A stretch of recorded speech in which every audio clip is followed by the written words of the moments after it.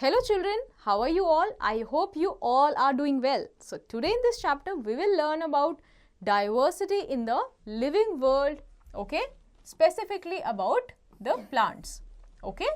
So in this chapter we will understand about the diversity in plants that we see around us, okay? And we will also group these different plants based on different features, okay? We'll observe different features and based on that we'll group them.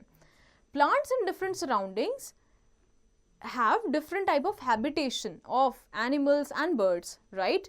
And accordingly they have different kind of adaptations. So let's get into our topic. So what is diversity, right? We are talking about here diversity in living world, right? So what is diversity? Diversity means having many different kinds of things, right? In relation to living things, we use the term biodiversity, which means that the variety of different living organisms in an area, right? When we talk about diversity, we are talking about the different things, different kind of things. When we are talking about the living world, right, we will say the biodiversity, right? So different kind of living organisms in an area is the biodiversity. Diversity is the living world refers to the wide variety of living organisms found on the earth. This includes different species of plants, animals, fungi and microorganisms. And each organism play a unique role in contributing to the balance and health of the environment. Studying this diversity helps us to understand the complexity of life. So, biodiversity is the different living organisms in an area. It consists of animals also and plants also, okay? So, in an area, it includes the plants, the animals, the microorganisms, the bacteria that we cannot even see, everything, right? The life basically, right? And the biodiversity of a place. So, basically all these living things, right? They contribute to the balance, the health of that environment, okay? If anything get imbalanced, okay, the whole ecosystem will get disturbed. So it is very important to first understand, to first study about these different diversity and also understand the complexity of this life so that we can make sure that we take care of it. Now, diversity in plants that we see around us. So if we talk about plants, plants are very important living parts of our environment, right? Scientists believe that there are more than 30 lakhs different types of plants on earth, showing incredible diversity. So the plants that we see around are of different types, okay? We don't even know them. Till now we just know them. We have 30 lakh different types of plants, okay? So we have so much diversity if we just talk about the plant life only. So biodiversity in plants tell us that the plants come in all shapes, right? They differ in what? They differ in shape, they differ in size, from tiny grass blades to huge trees, and have many unique features like colorful flowers or different leaf shapes, right? So on the basis of color, on the basis of leaf shape, the plants differ in many things. This diversity, this biodiversity make our world beautiful and provide us with essential things like air and food. Each plant has its own special role contributing to the richness of nature. Let's understand this with the following outdoor activity, right? So you will after this activity you will realize that each plant has its own place in the nature, right? It is contributing to that balance in some way. So let's learn about plant diversity and their characteristics by observing plants in a park or a forest. So what you have to do is visit a park, okay, or a forest with your teacher. Bring a notebook, pen, water bottle and a small bag for collecting fallen leaves or flowers. Observe plants and weather and collect fallen items to create a scrapbook. Avoid plucking any life part, right? So what you have to do is go to a forest or a park with your teacher. Take a notebook, pen, water, your essentials with you, right? And just go there and observe the things out there, right? If you see a plant, right, if you don't even know the name, just skip that. just write here about the hardness or the softness of the stems, what are the different shapes, arrangement of leaves over there, the color, the small or the big flowers, right, or any other information of observation that you have made, right. Just do this activity and you will realize the vastness of the nature. Now let's go to the next page. So this activity will reveal how plants use features like stem, hardness, leaf shape and flower size to adapt to their environment. Observing these traits helps us understand plant diversity and their survival strategies, right. So if you'll go to forest, just observe the height of the trees, right, and if you'll go to the park, you just observe the height of the trees. So you will see the difference, okay, and ask question to yourself why this difference is there. Now let's understand the importance of grouping, okay. Why do we group these plants? So grouping or classification is a process of putting similar things together. For living things, it means organizing plants, animals and other organisms based on what they have in common, like their appearance or how they behave, okay. So we do have diversity outside, right, but still we have something in common, right. For example, let's say we start from here, okay, then let's say we start from here, these two things have something in common, so we group them in one group. Let's say these two things have something in common, we group these two things together. So for understanding them better, we need grouping and classification, right. For living things, it means organization of these things. So this helps us to understand and study the different kinds of life around us. It is crucial for understanding and studying the diversity of life on earth. It is helpful to us in the following ways. So when we categorize, it simplifies studying the diversity of organism, right. We will be able to see the diversity when we will simplify, we will categorize or group. Makes identifying and comparing species easier, right. This classification helps us to identify first and compare two different kind of species in a much easier way. It reveals evolutionary and ecological relationship. After this categorization, we will be able to understand the evolutionary, from which plant was coming, right, and their ecological relationship, how they are well connected in a natural environment, right, their ecological relationship. Assist in conserving biodiversity and in protecting endangered species. This will also tell us about the endangered species, right, and therefore will be able to conserve them. Supports scientific research and the discovery of new medicine. So this will also support scientific research. It will lead to new questions, new discoveries and also new medicines. So let's understand about the grouping of plants. So imagine sorting your books and notebooks into groups like by subjects or size, okay. This helps you organize your school bag and find things quickly, right. In the same way, we see a wide variety of plants around us, each with different features. By grouping plants based on their similarities and differences, like whether they have flower or how tall they are, we can better understand and appreciate the diversity in nature. So let's say when you just pack your school bag, there are different pockets in your school bag, right. There's a particular pocket for keeping your notebooks, there's another pocket for your lunch box and your water bottle, right. Then you also categorize, you also take pencil box with you, right, where you only keep the pencils, right. So this kind of categorization helps you to find things quicker, right, and also see things in that manner, right.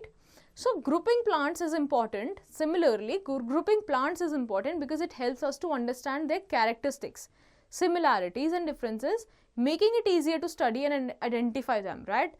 So when we characterize plants, okay, we can understand their characteristics, their similarities, any differences in a much easier way. So plants can be grouped into different categories, okay, based on the following feature. So they can be different categorized on different features. For example, height of a plant, okay, on veniation in leaves. Veniation is basically this, what kind of pattern are there in the leaf, right? So veniation in leaves, presence or absence of flower, whether the plant has flowers or not, types of seeds, right, and types of roots. So plants, let's see the categorization where plants are categorized based on their height. So plants can be classified based on their height, which helps us to understand their different growth, forms and structure, right? When we categorize plants in the form of their height, we get to know, we get to reveal about why these different kind of plants grow at different height, right? And this tells something about us. This informs us about a particular thing. Let's see that. First is herbs, okay? First category is herbs. So these are small plants with soft, thin and green stems. They typically grow to a height of less than 1 meter. Herbs generally have a few or no branches and appear delicate and lush. Examples are mustard, mint, coriander and wheat. So herbs are very small plants. These can be grown also in our kitchen area, okay? And have you ever seen coriander, mustard, mint, right? These are all examples of herb. You can all just observe them and see that how thin and how soft they are, right? They have no branches and they are also very delicate. Next category is the shrub. So when we are talking about shrub, you will see that all these examples will have all these categories, like they are medium sized plants with hard and woody stems, right? They are hard, they are woody. They usually grow between 1 to 3 meters in height and they have multiple branches that arise from the base, giving them a bushy appearance. So if we talk about these characteristics, right? The bushy appearance, the woody stem, their height. So rose, China rose, lemon, they all follow this they all fit in this category, right? They all show this characteristic. Now if we talk about trees, so they are large, tall plants with a hard and woody main stem called the trunk, from which several branches and leaves arise. They often grow taller and 3 meters, with some species reaching great heights. Trees have a single main trunk with branches that spread out, creating a broad canopy. Examples are neem, peepal, mango and eucalyptus. So when you see neem, peepal, mango, they will all follow these few points, like what? They will be tall, they will have a hard woody trunk, right? They would be tall, taller than 3 meters, right? And they will have a single main trunk, right? And they would form a canopy, right? Okay. So these trees that we are talking about here, like neem and peepal, mango, eucalyptus, the trees differ in the types of seeds, the types of roots, the kind of leaves they have, but they are same. They are categorized based on the height. So they all have similar height, right? Now let's talk about the climbers. So these plants have weak stems that climb up using a support such as wall. Now let's go to the next page. So climbers take some support. They can grow to varying heights depending on the support they use. Climbers have long, slender stems with few branches appearing more vine-like. Examples are money plant, grapevine, bitter gourd, morning glory, right? So these all climbers, right? They are what? They, depending upon the support they get, they go to different heights, right? But if we talk about their fundamental characteristic, they are long, they have slender stems, they have very few branches, right? So this is how the climbers look like. What about creepers?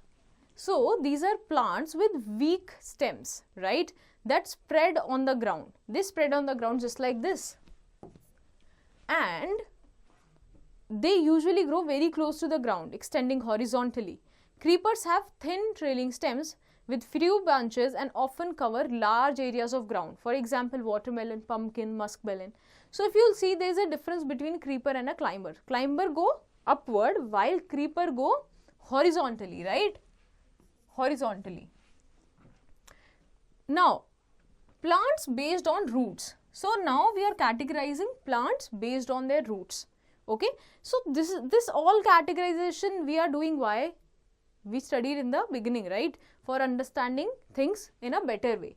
So plants can be grouped as a taproot plant, okay, and a fibrous root plant. Based on the root types, the type of roots determine how they anchor themselves and absorb nutrients from the soil, okay.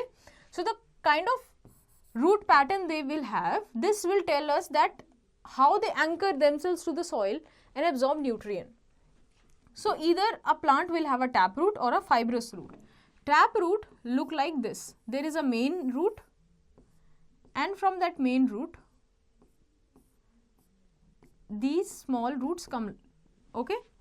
Fibrous root whereas looks like this.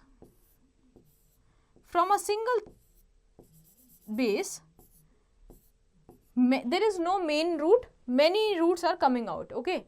So taproot plants have a single thick main root that grows into very deep, right? Just like this, it goes deep. So basically taproot provides strong anchorage and efficient access to the water, okay. So examples like carrot or edible taproots like radish, right? They have this kind of structure, right? And they have fleshy roots and chickpeas, which also is a feature of a prominent taproot. And these roots often store nutrients supporting the plant's growth and survival, okay. Now if we talk about the fibrous root, okay, they have a thin branching roots. They spread out close to the ground, okay. They don't go very deep, they are very close to the ground also only. And this type of root system helps the plant stay stable and quickly absorb water and nutrients, okay. Example like grasses, which help prevent soil erosion, wheat, which gets nutrients efficiently, and lemongrass, which has a lot of spreading root. So this root has a feature of going deep down, while the fibrous root spreads horizontally around the ground, okay. Now there is one activity, okay. So to observe and compare the root structure of different wild herbs and grass. So what you have to do is visit an area with wild herbs and grass, carefully dig out a few herbs using a khurpi, ensuring the roots are intact, okay. Wash the roots with water and observe them. Afterward, replant the herbs to allow them to continue growing. So go to a wild herbs and grasses area. Maybe you can find this around the park also. Pick out few herbs using khurpi and then observe them, okay. Make sure you remove it so that the roots are intact. Wash it, okay, and then observe it. After that also plant it again so that it continues growing. Note the similarities and differences in the roots, okay, including the length, the thickness, the branching, and the presence of root hairs. So you will observe that the roots may vary in size, branching, and root hairs, reflecting each plant's adaptation to its environment. So now let's talk about the veneation in leaves, okay. So plants are also divided based on the veneation they have in their leaves. What is veneation? Veneation in leaves refers to the pattern of veins or lines that you see in the leaf. When we see a leaf, we see some kind of veins, right, running across it. So this is called the veneation. It is a pattern actually, and these veins helps transport water and nutrients throughout the leaf and provide support. Through these veins, the water runs, okay, and this helps the leaf to get the water and nutrients required for the growth.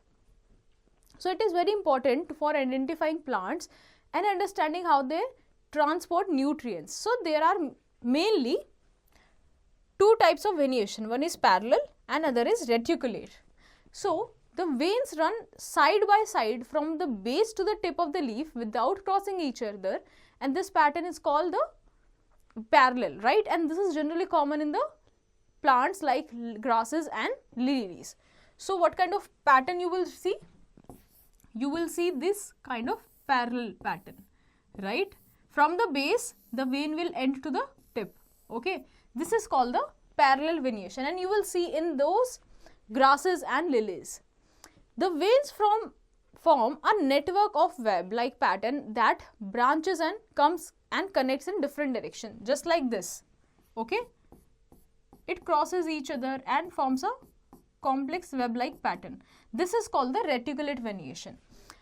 And there is one interesting fact here. You will observe that the trees with taproot, okay, will have this kind of reticulate veneation, and the plants with roots, with fibrous roots, with these kind of roots, will have these kind of veneation.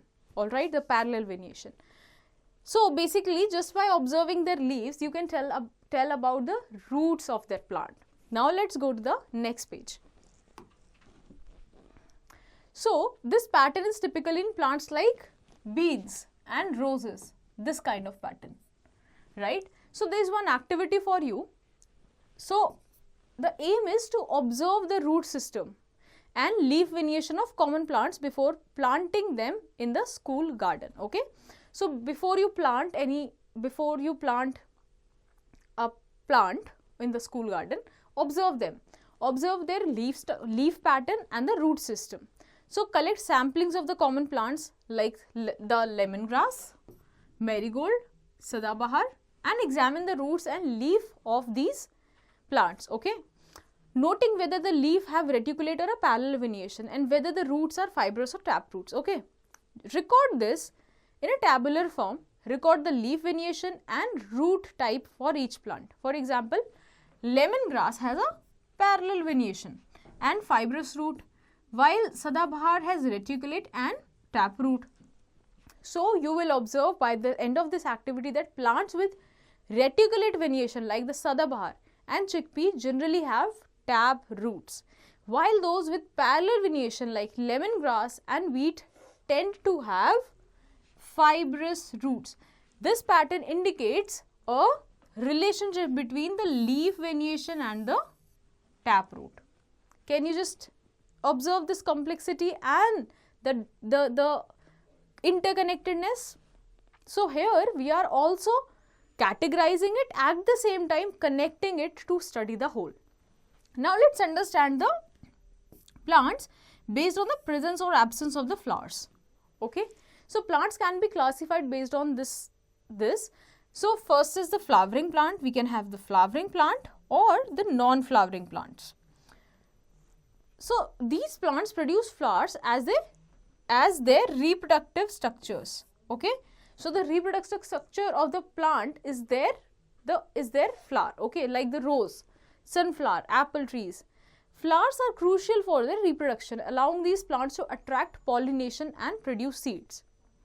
So these flowering plants produce the plants like themselves, using their flowering system. Okay, then there are other set of plants that are called non-flowering plants.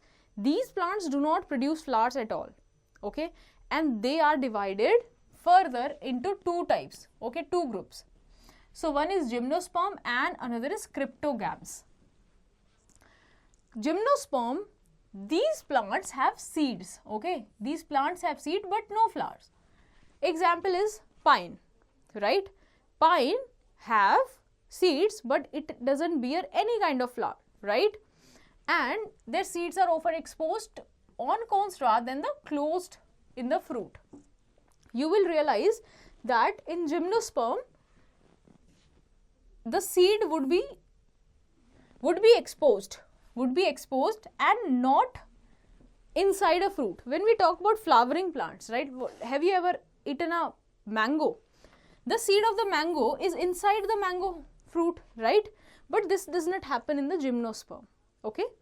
Now the second category is the cryptogams. These plants produce by spores instead of seeds. This group include ferns, mosses, algae which do not have flowers or seeds. So cryptogams do not have flowers, nor they have seeds, and they reproduce through spores, right? Spores are very small powder like thing and they reproduce through these things. All right. Now plants can be also categorized based on the seeds. So plant can be grouped on following two categories based on the number of cotyledons, right? So have you ever looked at a seed? It has a natural demarcation, natural line inside it. So some seeds have this, some doesn't. So based on this, seeds can be divided into monocot or a dicot. Monocot, the seeds with one cotyledon, seed leaf, are called monocot or monocotyledonous. Their leaves usually have parallel veins, right? So the seeds of some plants are only single. They cannot be divided into two halves naturally, okay? So these are called monocots, only one cotyledon, right? And these kind of plants have parallel veneation, okay? They have parallel veneation in their leaf, and their flower and their flowers typically have parts in the multiples of 3. Their stems have vascular bundles scattered throughout. Common examples include corn, rice, lilies and orchids, right? In dicots, the seeds with two dicotyledons are called the two dicots. Have you ever seen a rajma, right? Rajma has this kind of structure, right?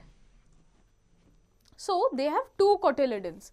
Their leaves generally have a net-like pattern or veins, and their flowers usually have parts in multiples of 4 or 5, okay? So these kind of plants flower in the multiples of 5 or 6, okay? And they have the veneation in a web-like manner, right? For example, the sunflower, tomatoes, beans and roses. Now let's go to the next page. So plants in different surroundings. So plants, we will see different kind of plants in different kind of surrounding also. So plants live in various places like hills, deserts and forest, water and in other places also. They have different features to survive in these environments. For example, cactus plant have thick stems to store water in deserts, while water lilies have a broad leaves that float on water. These special features help plants to adjust to their surrounding and thrive. Let us learn about the different places where plants live and how they adjust with their living places. So on earth, students, we see different kind of environments. Somewhere there are deserts, hills, forest, or somewhere there are no water, right? So accordingly, plants have also adjusted themselves. For example, if we talk about in desert, the plants have broad, thick. For example, if we talk about cactus, it has thick stem, right? And this thick stem helps it to store water, because in desert there is very little or no water. Similarly, here we will study about the different kind of adaptation, right, of plants according to their habitat. So first of all, what is a habitat? A habitat is a natural environment where a living organism lives, okay? Providing all the essential elements it needs to thrive and grow. It includes food, water, shelter, suitable condition. So habitat is basically the natural environment in which a living organism lives, okay? Habitat are generally classified into 3 main groups, and these are terrestrial, aquatic and aerial, okay? Whether a place would be on land, under the water or in the air, right? Now, based on these habitats, plants can be classified as terrestrial plants, aquatic plants and the aerial plants, right? And we will learn about these habitats in this chapter. Now, let's see, based on these 3, terrestrial, aquatic and aerial, how the plants have adapted themselves according these 3 things. So the process by which an organism changes its structure or behavior to survive in a specific habitation is known as adaptation, right? So they adapt, they change themselves to survive in that particular condition. Adaptation helps organisms fit into their environments, ensuring their survival and reproduction, right? They fit so that they can survive, they can reproduce there. And an ideal habitat for plants should include the following feature. So in an ideal environment, there should be enough sunlight, the soil should be nutrient rich. There should be good drainage, right?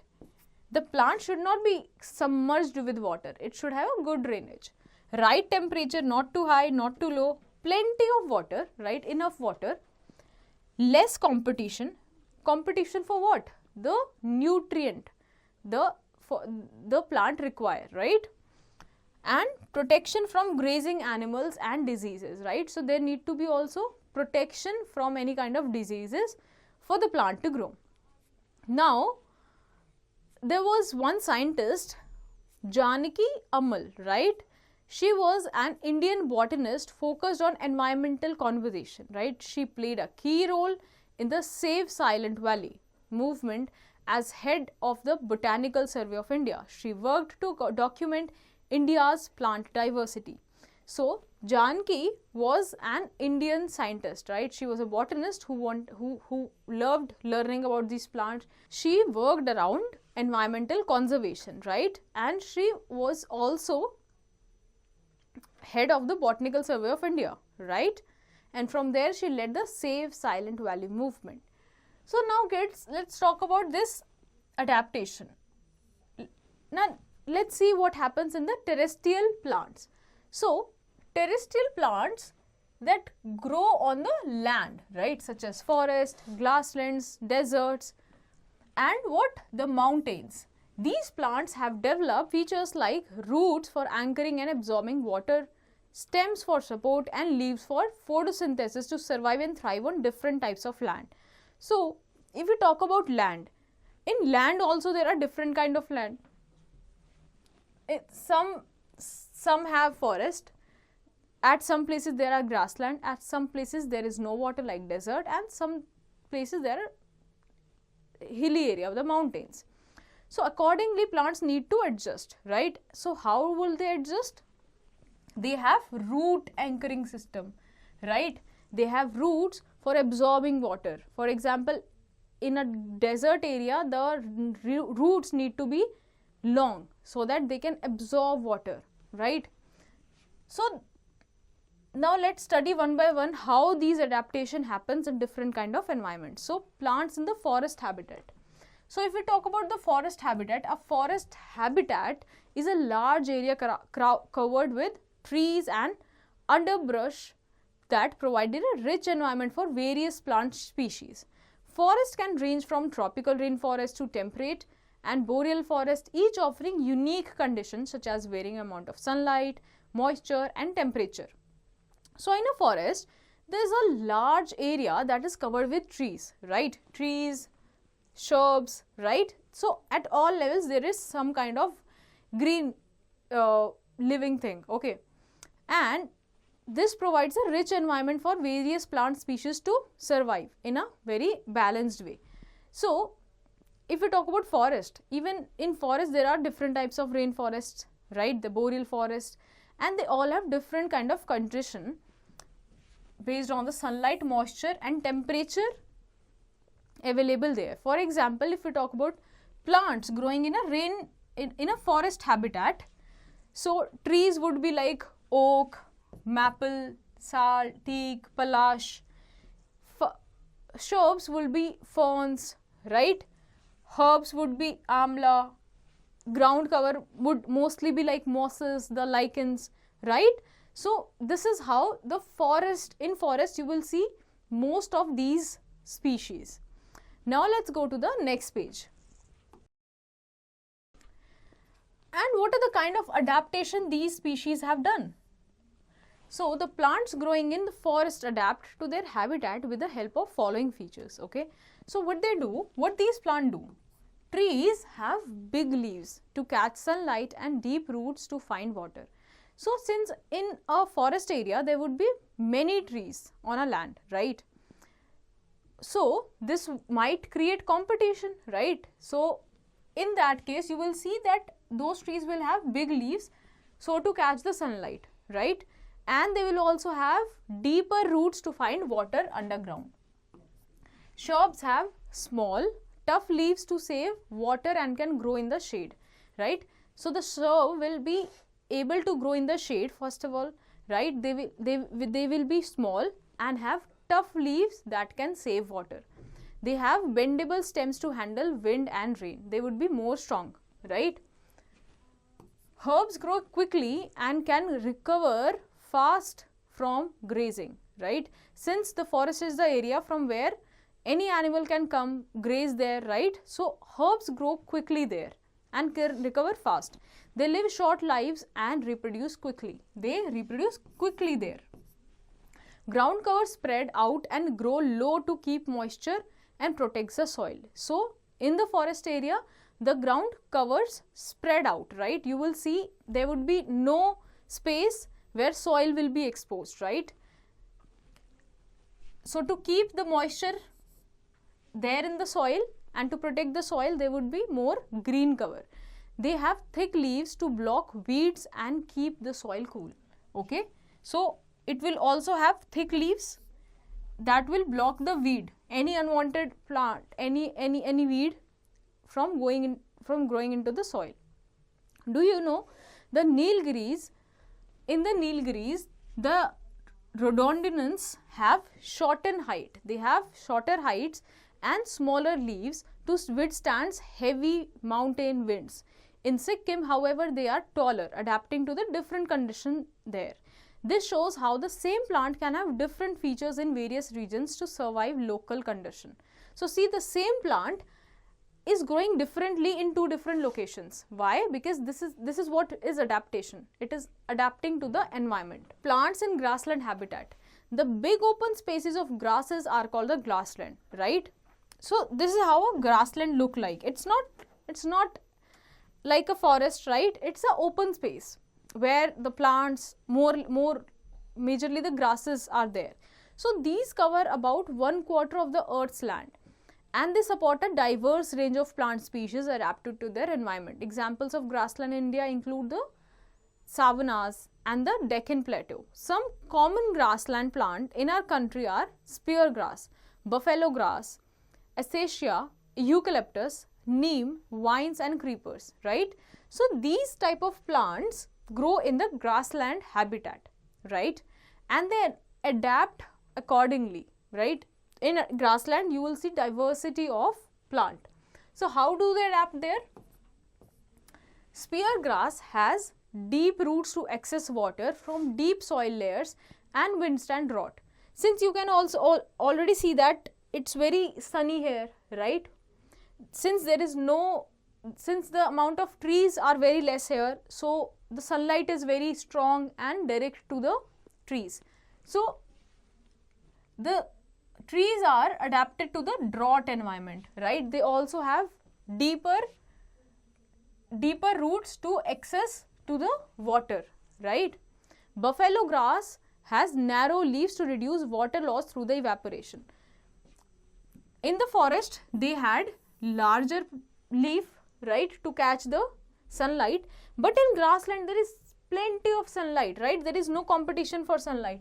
So therefore, buffalo grass have narrow leaves, okay? Acacia has small, rough leaf and deep roots to minimize water loss and excess underground water. Again, this plant have small, tough leaf, right? Deep roots, basically they are conserving water. Deep root to minimize water loss and access groundwater easily.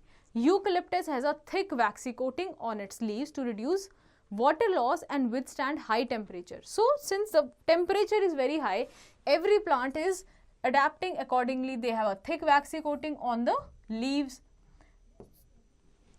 to reduce water loss and also to the high temperature.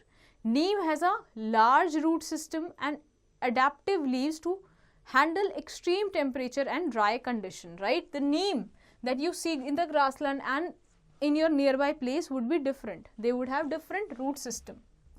Mostly the plants that would be growing in the grassland would have deep root system. Vines and creepers spread over the ground to reduce exposure to harsh condition and conserve moisture, right? So this is how they have adapted to this harsh climate. Now if you talk about the plants in desert habitat, it would be quite similar with the grassland. Deserts are dry, more drier than the grassland. and with high daytime temperatures and cooler night. They have sandy or rocky soil and very few plants.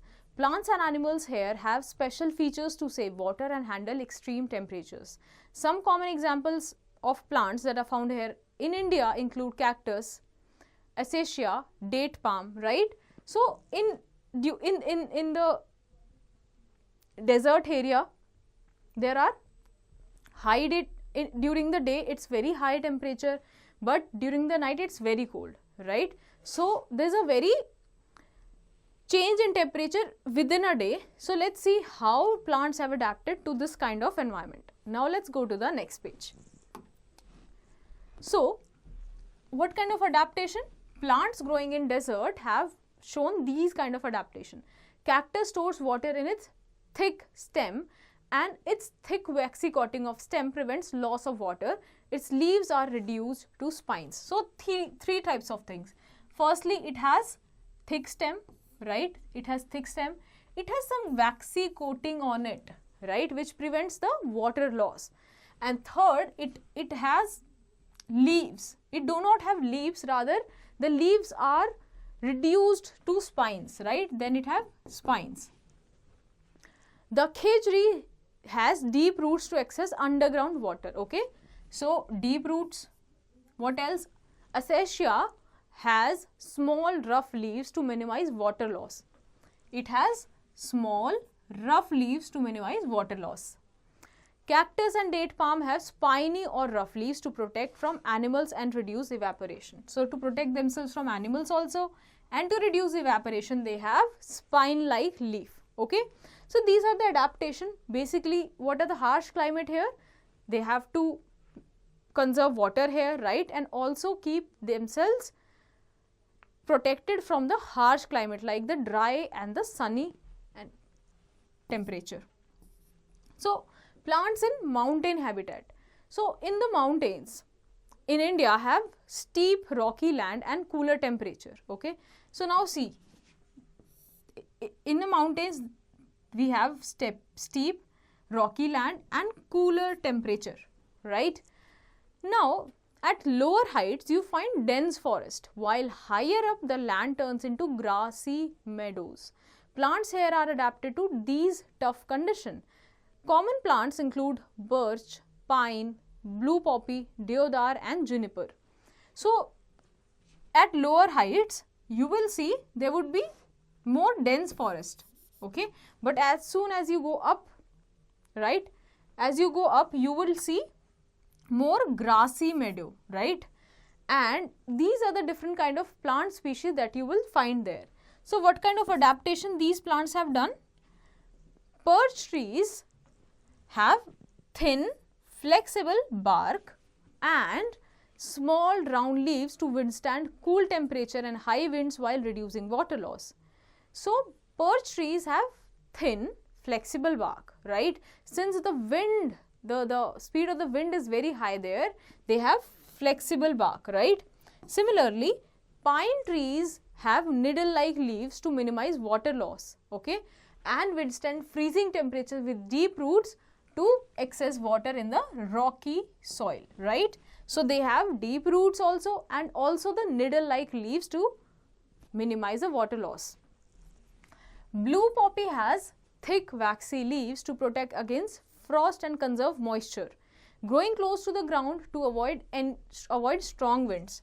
So what the blue poppy has reduced its length, right? Reduced its length and has started to grow close to the ground, right, to withstand these strong winds. Deodar trees possess needle-like leaves and thick bark for cold and snow protection, with deep roots to stay stable in the steep landform. Their conical shape and sloping branches enable them to let the snow slide off easily. So have you ever seen these kind of trees commonly found in the mountain areas? This is nothing but adaptation, right? They have what?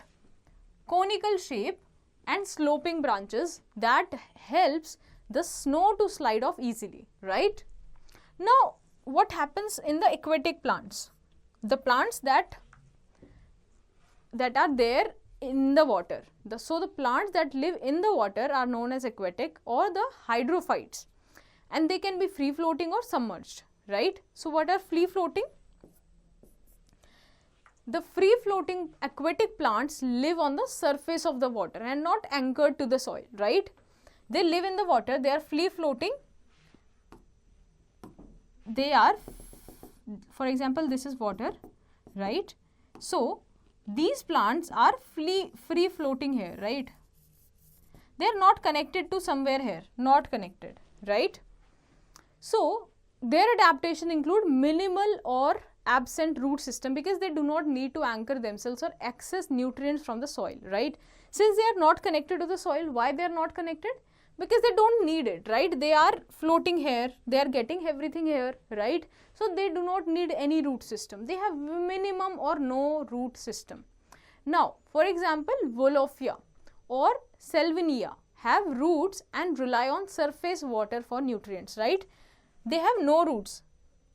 Wolofia and Salvinia have no roots because they get everything from on the surface of the water. Now, if we talk about lotus, lotus has long sturdy stems that extend from its roots to the water's surface, allowing its wide flat leaves to float on the water. Now, lotus is also a type of free floating aquatic plants, right? It has a broad flattened leaf so that it can float on water. Now, let's go to the next page. So, the lotus has also spongy leaf, right? Its spongy leaf stalk help it stay buoyant, while a waxy coating on the leaves repels water and prevents decay. So, if a thing will remain in the water, it will start decaying, right? It will start degrading. But lotus has a thick waxy coating, right? And this keeps the water away from the leaf, right? Now, they also have a spongy leaf, right? Spongy leaf has air gap inside it, and this keeps the stalk, right? The lotus stalk buoyant, right? And that's why it can float on the water. Now, there are submerged aquatic plants also, and the submerged aquatic plants grow entirely underwater and are anchored to the soil, right? These plants grow completely under the water, right? They grow completely under the water. So, therefore, they are anchored to the soil, okay? They are anchored to the soil. They absorb water, minerals, dissolved gases directly to their leaves, which are adapted to withstand water currents. So, there are different kind of speed also, right, inside the water, and these are called water currents. So, these submerged aquatic plants are adapted to withstand those water currents. For example, Hydrilla and Blessinaria have thin finger-like leaves which reduce resistance in the water, right? They don't have flat, they don't have broad leaves, just like the floating plants, right? They have these types of leaves so that they don't provide any resistance to the flow of water. Lemna, it has flat broad leaves covered with wax to protect against decay from the prolonged exposure to water. These adaptations help them thrive in the underwater environment. So, Lemna has a flat and broad leaves, right, and also covered with a waxy coating, right, that provides any kind of degradation from the water. Now, there are some few words that were new to us in this chapter, like adaptation. So, process by which organisms adjust to their environment to survive and reproduce. Biodiversity, variety of different types of life found on earth, including plants, animals and microorganisms. Cotyledons, so first leaf or leaves that appear on a plant embryo, providing nutrients during early growth. Dicot plants, plants with seeds that have two cotyledons and typically exhibit branching leaf venation. Habitat, natural environment where an organism lives and thrives. Fibrous root, a root system with many thin branching roots spreading out from the base of the stem. Venation, pattern of veins in a leaf which can be reticulate or parallel. Monocot plants, these plants have seeds that have one cotyledon and typically have parallel leaf venation. Reticulate venation, a leaf vein pattern where the veins form a branching network, and in parallel the veins run parallel to each other. So let's get to the summary of this chapter and see what we have learned so far. Biodiversity in plants tell us that the plants come in all shapes and sizes, from tiny grass blades to huge trees, and have many unique features like colorful flowers or different leaf shapes. Grouping plants is important because it helps us understand their characteristics, similarities and differences, making it easier to study and identify them. Plants can be grouped into different categories based on their following features like height of the plant, types of the roots, venation, type of seeds and presence or absence of flowers. Plants can be classified as herbs, shrub, trees, creepers, climbers based on their height and stem feature. They can be grouped as taproot and fibrous roots based on the root types. Then based on the venation in leaves, they can be reticulate or parallel. Plants can also be classified based on the presence or absence of flowers as flowering and non-flowering plants. Then other group could be two categories based on the number of cotyledons and non-cotyledons plants. Okay, so monocots and dicots. Based on these habitats, plants can be classified as terrestrial plants, aquatic plants and aerial plants.